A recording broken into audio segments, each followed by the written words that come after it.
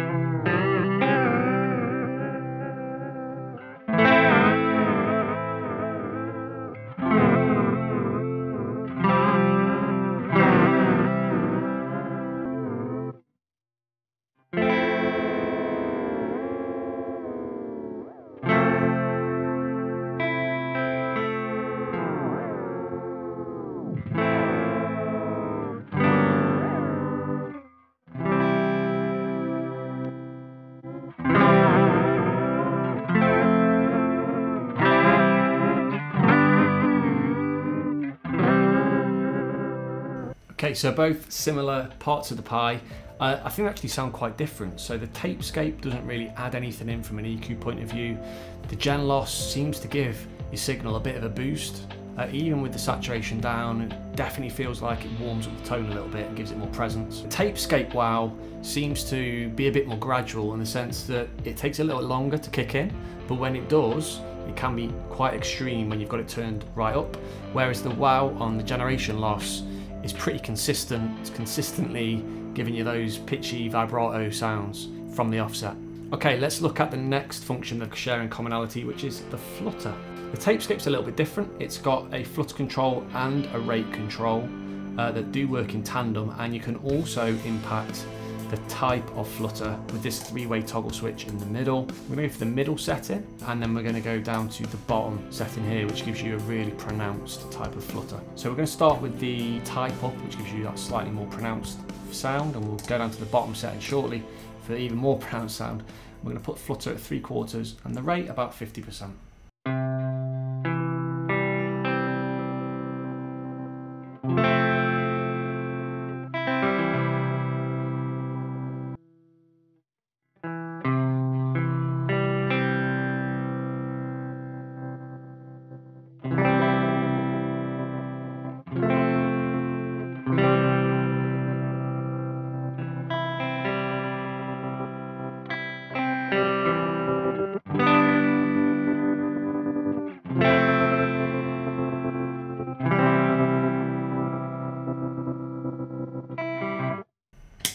Nice. Okay, so we're going to move the flutter on the Gen Loss up to about 50%.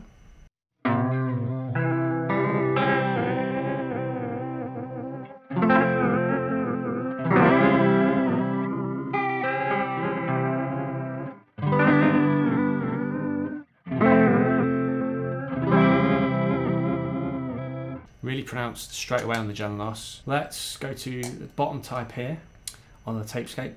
We'll keep the flutter amount up quite high and the rate of the flutter a bit lower.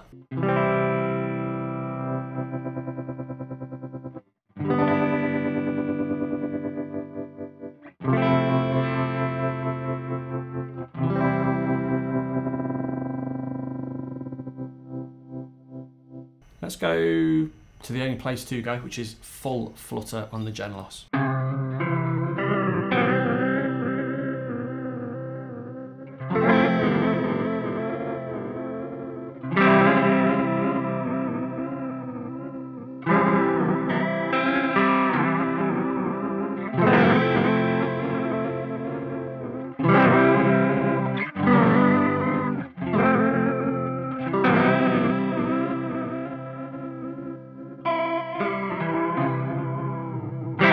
Now, they both draw out saturation. The Gen Loss has got a specific saturation knob, whereas the Tapescape hasn't, but when you start increasing the amount of feedback and the delay, you get some natural saturation out of the pedal. So not a total like-for-like comparison now, but let's just hear a bit of that.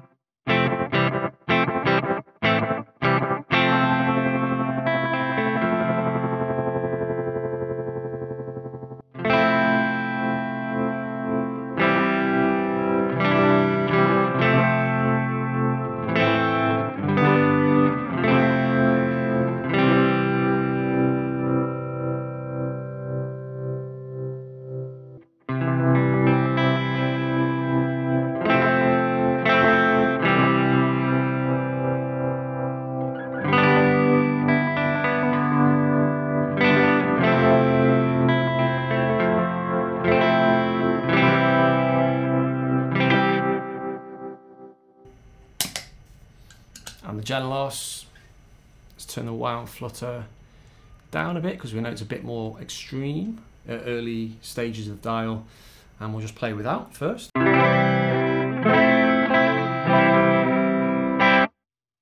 now let's increase the saturation.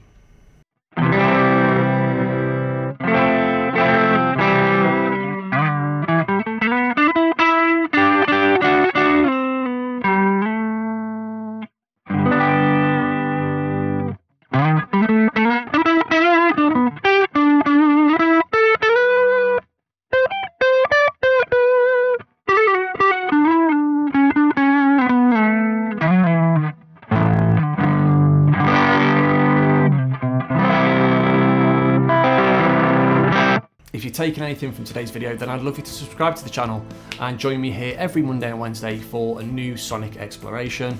I'm also over on Instagram, just search Nick Rees YT for YouTube, and you're going to see all sorts of behind the scenes stuff as to what goes into making these videos each and every week. I'll leave some links in the description below for you to check out both the Tapescape and the Bliss Gen Loss Mk2, and thanks for watching.